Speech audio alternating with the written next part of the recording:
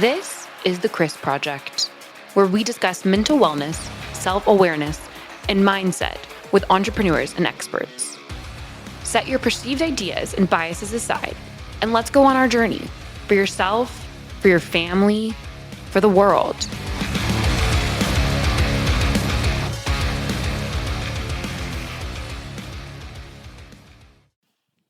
Welcome to another episode of The Chris Project. I am your host, Christian Brim. Joining me today is Arunjay Katakam, author of Generation Hope. Welcome to the show, Arunjay. Thanks for having me, Chris. Absolutely. So tell us about your book. We'll just jump right into it. Yeah, I'm going to start by saying when I was younger, when I was age 11, I can remember wanting to make millions. That was, like this memory. And it was not from my parents. My parents didn't really care, but society. Society told me that money equals success. Mm-hmm. And it took me 3 decades to kind of unravel that. And, I went into a career in investment banking till a friend of mine told me to succeed in this industry, you need to be so greedy that you'd be willing to knock out your granny's tooth and melt the gold filling. And that's when I knew it wasn't for me. Yeah. I then shifted to financial inclusion, but I still wanted to make millions. So I just wanted to do some good and make some millions, Okay. Till So go ahead. Till the pandemic hit, and I realized that actually I was part of the problem for my industry and what I was trying to do. And trying to make millions of people who don't have very much is, so then I questioned myself finally, like, why do I want to make these millions? Like, what is the driver behind it? Because it was pretty much blind faith till that point of, like society told me this is what I believe, this is what I need to do. And the answer that came to me was that I want to actually do more good. So I want to use that money to make a bigger impact. And then I realized I could just short circuit this process, because enough people have made enough money. There's a lot of philanthropists out there. Yes. And, it could take me 20 years. It could take me never. And, what's the point, right? So that's the genesis of Generation Hope, was that realization. Okay, well, let's unpack that a bit. Okay, so you said that you had this belief that you picked up, not from your parents, but from the world at large, that success meant making money, and lots of it. Yes, and then you went into an industry that was maybe not ethical. And it caused a problem where you're like, well, there's some things more important than money, and I'm not willing to do those things. So you said, I'm going to pivot and do, I still want to make a lot of money, but I'm going to do it differently. And then you decided that doing that would not serve you and your desire to help others. Did I rephrase that correctly? Yeah, pretty much, Chris. I think what I realized was I was really part of the problem rather than the solution. Because by wanting to make those millions off the people, like, it just doesn't. You can't really. You can't achieve that. And the thing is that part of the problem also I found that is that if everybody wants to make millions, and everybody goes in that direction, well, it's not to say everyone can't, but it doesn't serve us. And there are kind of things that I learned from that. So the moment I realized this, internalized this, kind of shifted from the scarcity mindset to one of abundance, it was a huge relief. It just, that going through it, it was deep work. It, took a few years, but that was transformational. Okay, so you're saying that the scarcity mindset was in part what drove your belief about needing to make lots of money. Yeah. Okay. And then when you shifted out of that into an abundance mindset, um, I guess my question is what actually changed? Because I would have thought that it was actually the opposite, that like people with a scarcity mindset don't believe that making a lot of money is possible or that they're not deserving of it, et cetera. That it's a limited thing, like the amount of air in a room. I mean, it's just there's only so much, right? Whereas the abundance mindset understands that all the money and all the time are already out there in the world. You just have to go utilize it. So how does changing your mindset out of a scarcity mindset change your value of money? I guess maybe that's what I'm asking. Yeah, I think that's really interesting because you're the first person, Chris, who've actually thought, explained it to me in that way. Because it is true, limiting beliefs, and that's one level of scarcity. But the way I think of scarcity is more on, so I had some business advice like 20 years ago or something that you shouldn't leave money on the table. So it's basically maximize your position and your profit, or Mm-hmm. and that is for me a scarcity mindset, because it's saying to me that things are scarce, I need to grab as much as I can. And the thing I've learned is that there's a power dynamic. You and I have won the postcode lottery. All the people listening to this podcast have also won the postcode lottery. We are so privileged. And if we do not leave money on the table for the person less privileged or less, able to negotiate, we're going to squeeze them. And that's what has happened. That is happened right across the board. So when COVID hit, half the world's population had no money to fall back on because they were just living paycheck to paycheck. And inequality is opened up like a crocodile's mouth on a graph, right? Like it's just in the last 40 years widened to an extent. And we have people who have so much money, they just don't know what to do with it. And we have, on the other side of it, people who are just struggling hand to, just feed themselves and their family, Yes. So it was this, it's like, do you need to make, how much money do you need to make? Do you need to make, or like, what are your, if you really believe in abundance and you're content with the what you've got, and you're happy to kind of also, so it's a little bit of it is a kind of a cooperative model. And so in the book I particularly look at the B Corp model, which is the triple bottom line of people, planet, and profit. And that's, for me, is a very kind of good place to land, because it's not pure profit. It's not, I'll do anything just to make money and profit. I'm also going to care about people and planet. And we need that, so the consciousness is rising and people are questioning, why am I doing this? Why am I doing this job? What's beyond just doing, that's why we had the Great Resignation, quiet quitting. But the missing piece, is just really truly understanding, like, money is a tool. What do I want, from it? And like, rather than just blindly chasing it.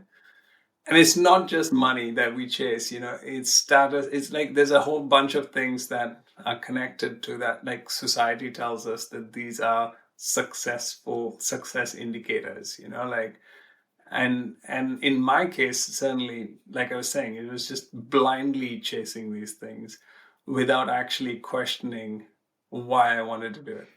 Yeah, and I think that's important for every entrepreneur to clarify for themselves, why is it that you're doing what you're doing?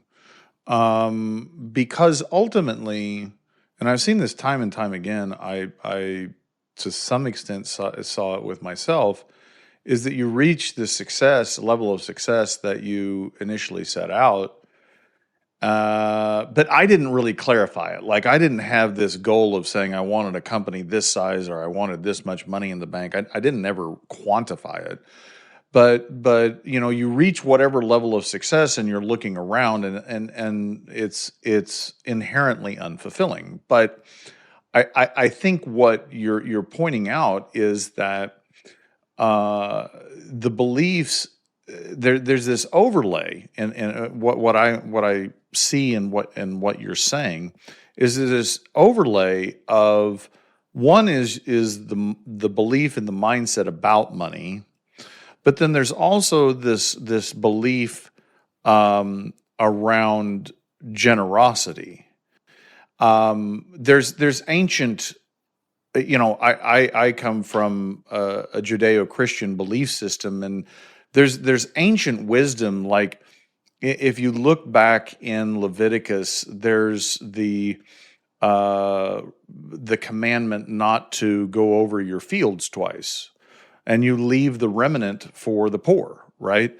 And a lot of baked into the Jewish system with the year of Jubilee, where all debts were forgiven after 7 years. And so it was kind of like this societal reset to ensure stability economically, right? And so but at the heart of it, those are the rules, but at the heart of it was being generous, right? And I think, one of the failures of capitalism is that it is agnostic as to morality, right? Like, it doesn't care whether you're generous or stingy. And so when greedy people take advantage of capitalism, it hurts. Whereas when you have generous people that take advantage of capitalism, it helps. And so what I see you saying is it this overlay of those two beliefs. Yes? Is that fair? Yeah, absolutely. Okay. So what were some of, okay, well, let me back up. What prompted you to write a book?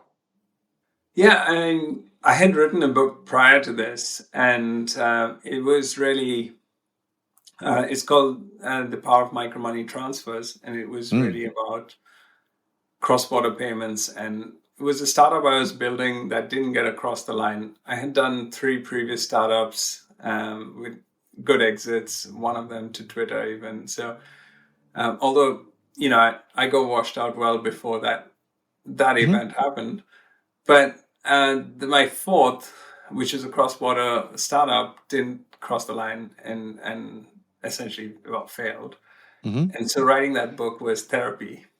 Okay. Like, this is everything I wanted to do with it. Here's the blueprint, and so a year later, when I had this realization, I knew how to write a book, and I knew kind of how much it would help me. It took me a lot longer than I thought, but the book project allowed me to do a lot of research, and it was a vehicle that I would not have read the books and I would not have done the research if I didn't have this project.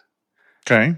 And that was one. The second one was that the writing makes you really articulate. Yes. Yes. When you talk, you can waffle along, and you. Yes, you can. When you need to write something, you just really need to bring. You need to engage the reader. You need to be concise, be sort of ready to get to the point in a way in which So I found that clarity. It just clarifies my thought, my thinking. And you have to make that argument, and you're making it with yourself. because it's you Yes. and the manuscript. Right. And I realized after that, like, I was the biggest beneficiary of writing this book.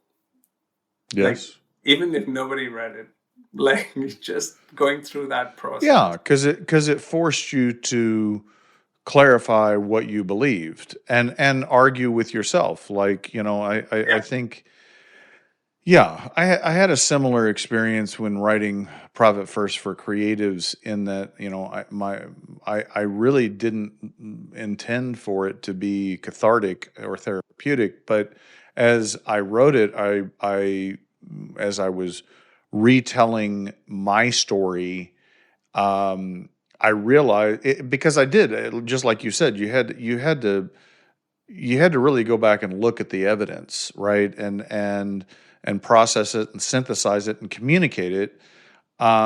It had a profound effect on me writing that book, in a way I had no intent to do. I mean, like, Mhm. that was not the intent. Absolutely. Um, so, okay, what are the conclusions or recommendations that you arrive at in the book? So I think entrepreneurship is a really powerful tool. It has changed. I mean, it's proven time and time and again how much development and change it brings. And Hmm. so what we need is more entrepreneurs, from people who can be entrepreneurs. I don't believe everyone can, for various reasons, but we need entrepreneurs who are going to care about more than just themselves and just making their own fortunes. Hmm. And and I think, for me, that is a big part of this, is like to open people's eyes, to some of the broader issues. And you know why, like, I one of the things I debunk is this idea of self-made. It is, you know no, almost no one is self-made. I would go to that extent, you know I um, would agree. I mean, I would agree and say it's an absolute. No one is self-made. right, yeah, there we go. So they are the rags to riches stories, but even those guys had, or girls, they had the help of community, so, Sure. and that community, has played such a significant role. But then we tell these narratives, like self-made and, sort of this and that, and what we end up with is everyone trying to emulate those kind of myths, that don't exist. So what we if you understand, as a, like, you clearly agree and believe in that, but many people haven't even thought of it. But when you do think of it, when you peel the onion and you understand that, and then it's like, on your journey as an entrepreneur, recognizing that what you're going to do in return, all of these things actually really make a big difference, versus, some who are just, yeah, and there is some benefit in being singularly focused, but if you're just a selfish entrepreneur, if you're just in it to make that money, and so that's the difference I see. And I equate it to smoking. Like, back in the day, amassing this huge amounts of, like, back in the day, smoking was cool. And today, we're on the kind of, I would like to think we're on the cusp, but amassing huge amounts of wealth is still cool. It's like, you know and I think we'll get to a point where, it like smoking, today, over 1 billion people smoke, more than ever before, because obviously the population has increased. But even though people know it's bad, they still do it. So it's not to say that, the world's going to change in a way, completely. But we have enough people now who know, who are self-aware, and who are able to do what's good for them, and others around them.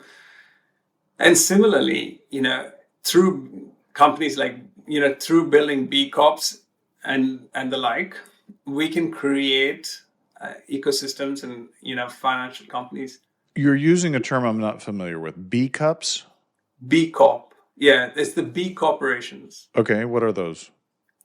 So that was started 20 years ago. They're like B Labs is the parent that created the. So a B Corp is a particular type of accreditation you can get. So you have to go through a process to achieve that, and you get. Think of it as an ISO standard, but for business ethics rather than Okay. operational standards. So it means you need to prove that you're not in it only for profit. You're also in it for people and planet. So it's the triple bottom line. I've never heard of these, so I'm not Right. opining about that in particular. But what I will push back on with is that if if the if the solution is some process and it doesn't change people's thinkings or beliefs or their heart, the inner skeptic in me is that, like, there's going to be people that just game the system. Like, Mm-hmm. okay, it's cool now to have this accreditation, and so I'm going to check the boxes, but I'm really not going to have that intent in my business. I'm just going to figure out how I can look like I'm these things, right? Agreed. Yeah. And I see a lot of that. Like, this may be completely off the wall, but like in America, I didn't even ask. Are you in Great Britain? Yes, I am. Yeah. Okay, and to an extent, Europe too. There's this. You see these mega corporations that essentially are pandering to whatever they think that is what the people want. So that could be a green initiative. It could be a conscious capitalism. It could be DEI. It could be any of these things, but at the end of the day, they as an organization didn't really embrace any of those things. They're just doing it to look cool. It's like they didn't change as people. They're just changing the makeup or the clothing. What do you say to Yeah. that? No, I agree. There definitely are those. But there are also people who are genuinely, authentically interested in doing those for the right reasons. Yeah. Yes. And it's those, that's who I want to focus on. And that's who I want to. So I think, through the book, it's a little bit of awakening in terms of, these are some of the things I didn't think about, and I argue different sides of it. It's not, it's nothing is black and white. So kind of live in a lot of gray. So it's personal choices at the end of the day. And, I'm now building non-for-profit startups as public utilities. And that's because in the financial inclusion space, that's what's needed. And I'm not saying everyone should do that. This is what I'm doing. Yeah. But have that intentionality, like really figure out why you want to build what you want to build. What is the value you're creating for society? What are your drivers? And how can you create something authentically and genuinely that would make the world a better place? Yeah, and it's interesting that I'm having this conversation with you today because I've had entrepreneurship I've said kind of a mental illness, and in the sense that it's a distinct pattern of characteristics that show up in people that are entrepreneurs. I mean, I'm not saying that we're monolith. I mean, there's a lot of variety among entrepreneurs, but there's some key elements that exist, and they exist at a base level. They're things you can't turn off. They're things you can't learn. Like it's just how you're made. Mhm. And I have been thinking there's a lot of opportunity in my space, in my industry, accounting, in the United States. There's a lot of trends that are converging, and there's a lot of opportunity.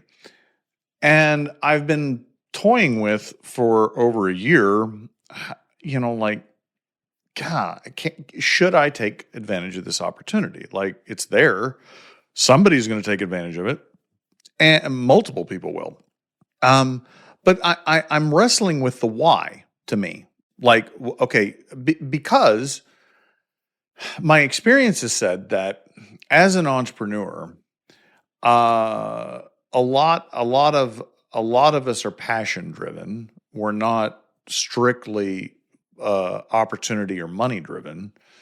And so in order to do something, regardless of the opportunity, to make more money, is like, why do I want to do this? Right.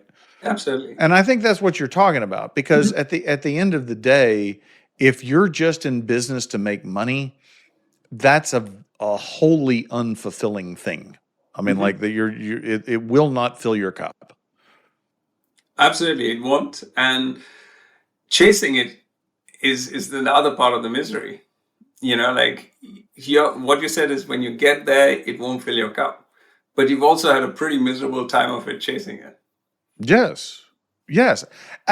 Which is why, I'm a passion-driven entrepreneur, because I know the work that is necessary, and if there's not a good reason to do it, why am I doing it? Right? Like that why go through that pain, the sacrifices that you have to make? If it's just for more money, that's not enough motivation to me, right? Like that just yeah. Yeah, and so and I think you've again done some of that deeper thinking, deeper work to have understood some of these things, which is not across the board. And they're just, and I think I see the kind of the two camps, the ones who've made it, and I think especially when you make it, you realize it even more clearly, because you've got to the promised land and you found, well, things are still pretty much the same. But it's the even more people who haven't made it, who are aspiring to that, are the ones that, this, kind of, for them to have this introspection and really truly understand why, would really make a difference to. Obviously AI is the big theme, big kind of transformational technology.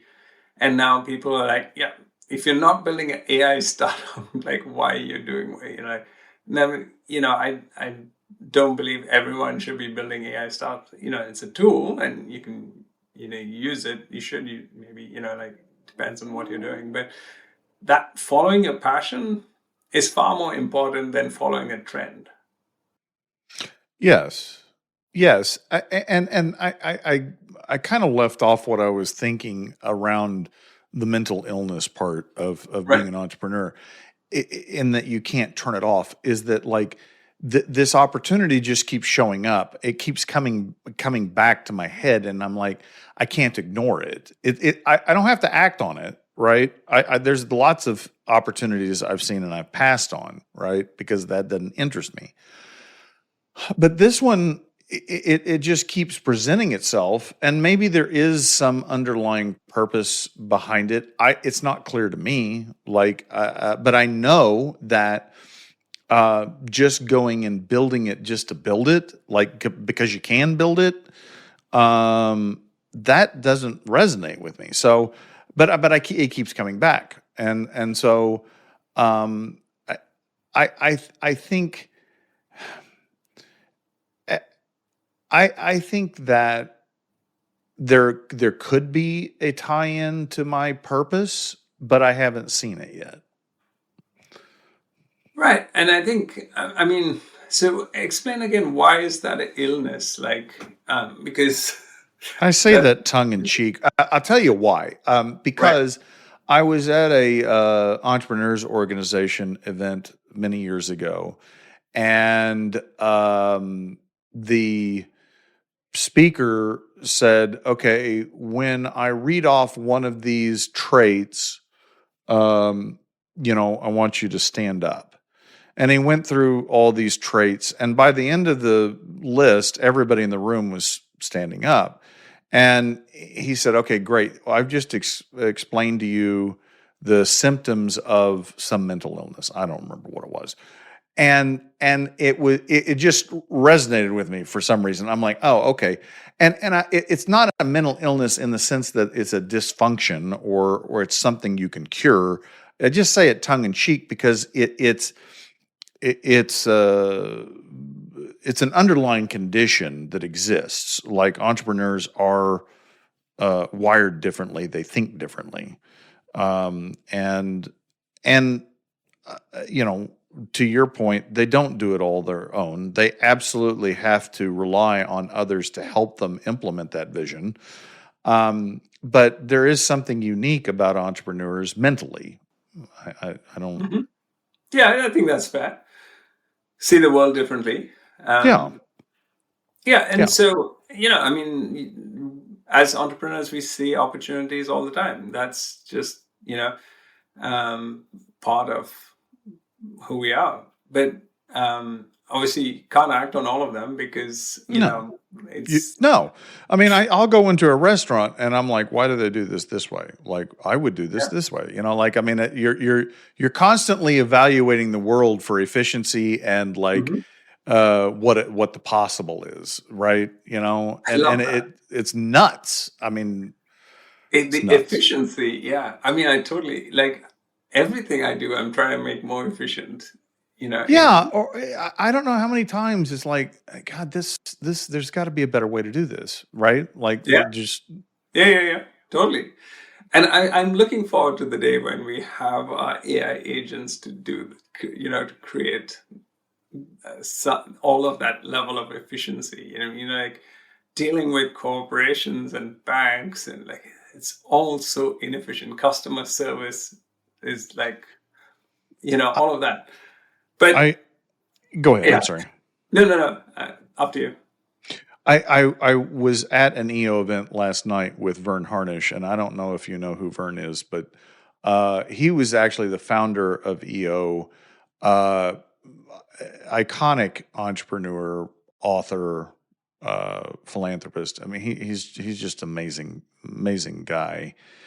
But he commented that he said, in the history of humanity, we didn't work more than 12 to 1500 hours a year.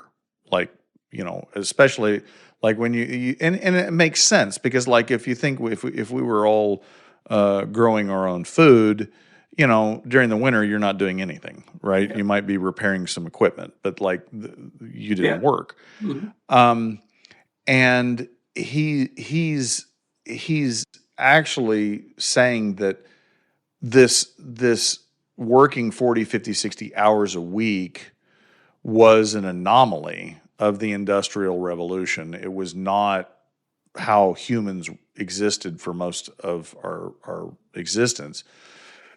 And that we're kind of going back to the future where we're actually going to be working less, and that's a good thing.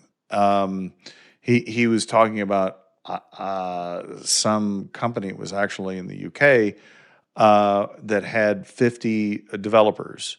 I think they were in the AI space, and his payroll was 5 million. He was roughly paying them $100,000 a piece. But he found that um, the top five were producing 80-90% of the work, or the actual work that moved the company forward, right? Mhm. Not right.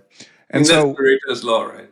right. And so he actually got rid of 45 of them and raised the pay of the 500, and he cut a lot of his payroll. But he said here's the reality.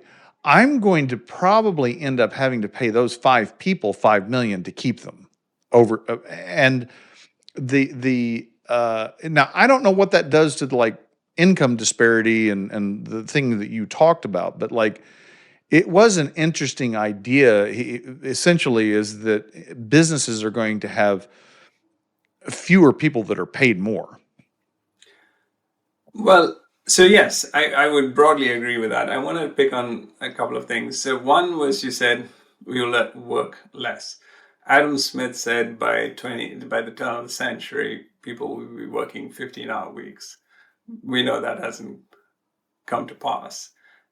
We had the technology for it to come to pass, but instead we created bullshit jobs and we created busyness. Like so Well, much. and we created these governments that suck so much off of the productivity. I mean, like the governments have ballooned and as part of as GDP and the taxation and everything. And so a lot of people are stuck with having to work, which, what's the trade-off, right? But no, you're right. I mean, but even think about it in our lives. If we wanted to live at a subsistence level, like we can feed ourselves, we can clothe ourselves, we can house ourselves, right? You don't have to have a lot of money to do that. Yeah. But each of us choose not to live that way, right? Each of us choose that we want to do more and have more, and it's kind of the human condition, which I think is what you're speaking to in your book. Yeah.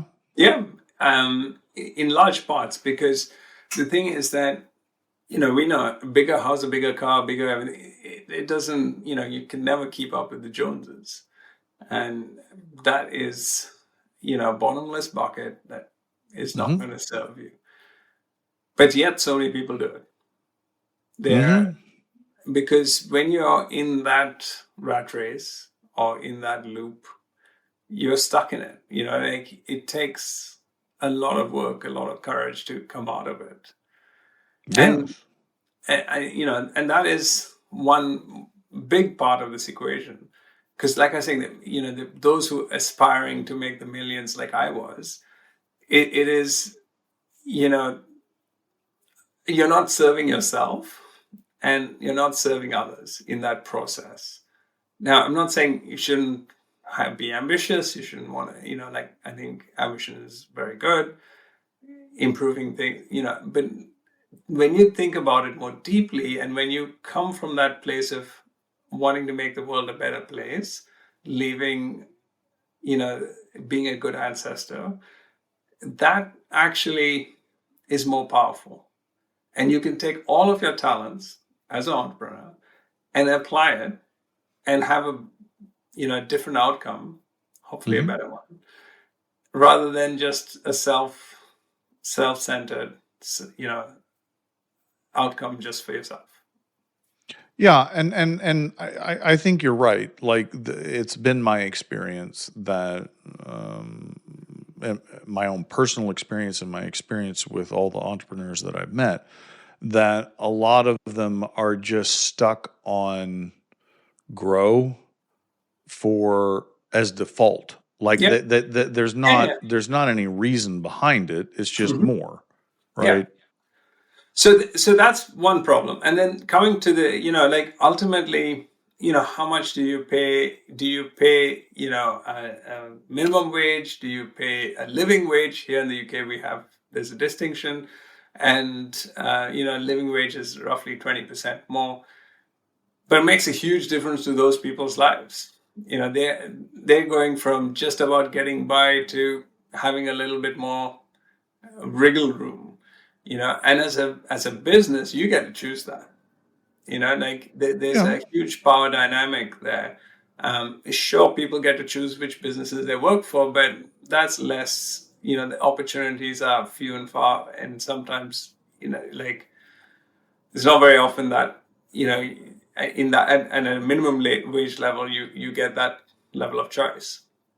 So Yeah, and I think that those choices are not strictly altruistic. I mean, you can do them because you're generous, there's also a benefit to the company if you take correct, care of absolutely. others, right? Yeah, And like to your point, like not leaving money on the table, the, you know, not squeezing your vendors yeah, is not just altruistic, it benefits you, right? Like if correct, they stay yeah. in business and they make money, they can serve you longer, right? So like I kind of come back to like I don't like it has to be a win-win, right? Mhm. Like I don't want to win at the cost of someone else, whether that's an employee, whether it's a client, whether it's a vendor, like Correct.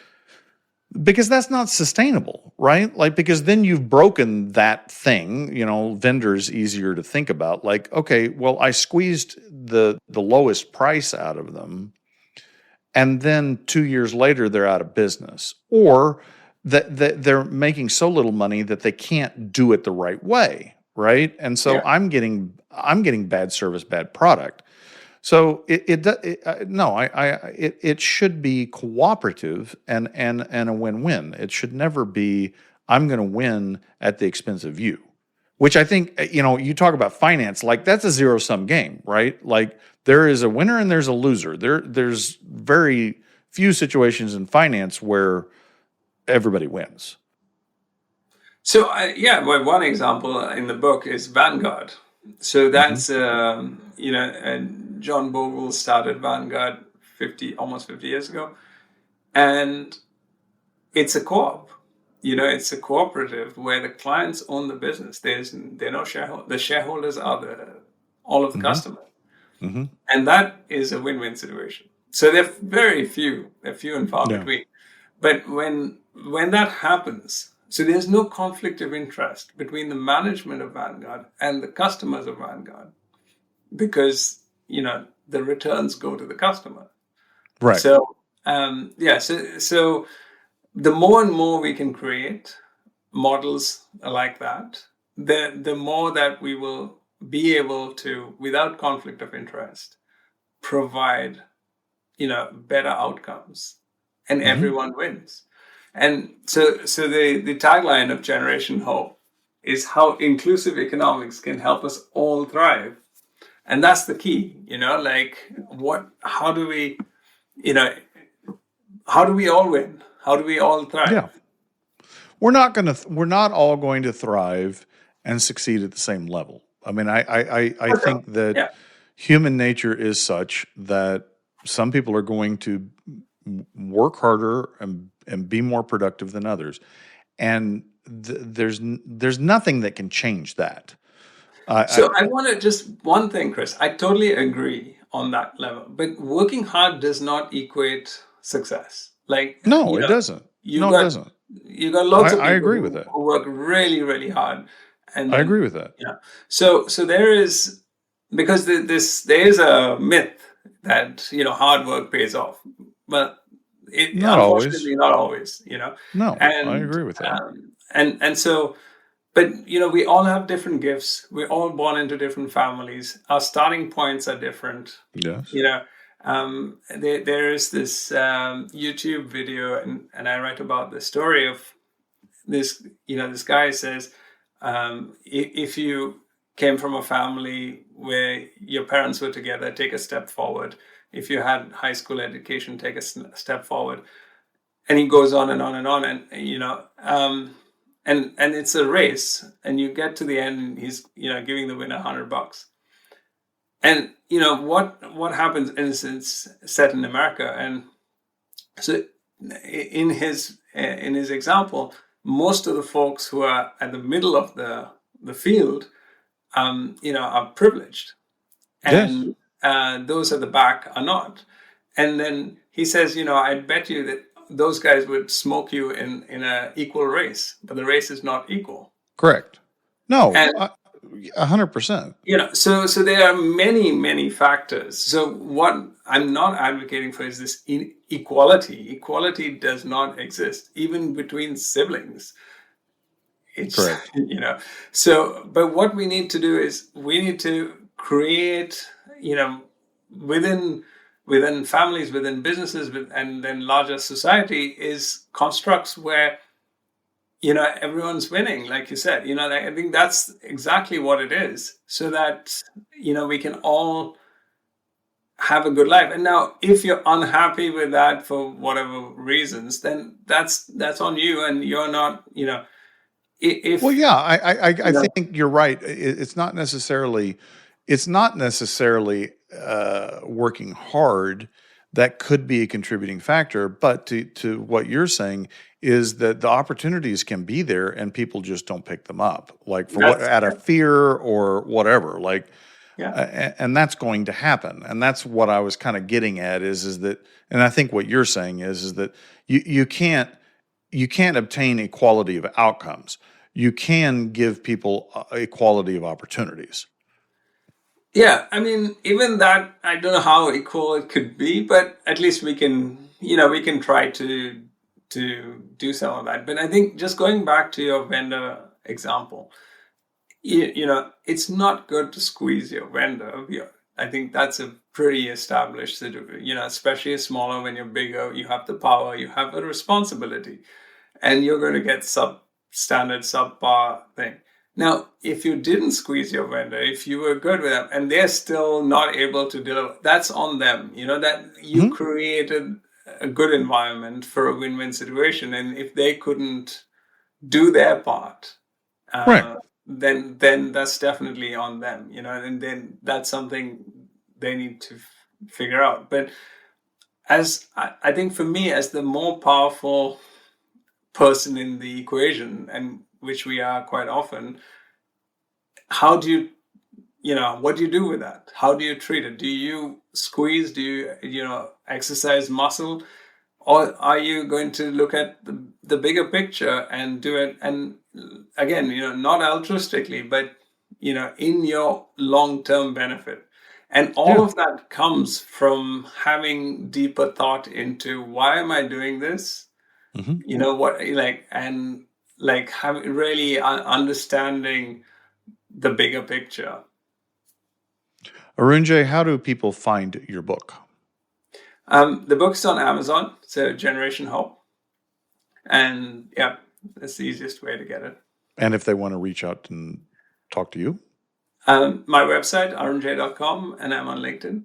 And I want to say, my book is also available on my website, and also for free. So nice. As much as Amazon is the beast that it is, and people find it easier, just one click and all of that, I've also made the book available. Like, it is my gift to the world, and those who either can't afford it, or whatever reason, can get the e-version absolutely for free. I love it. Listeners, we'll have those links in the show notes.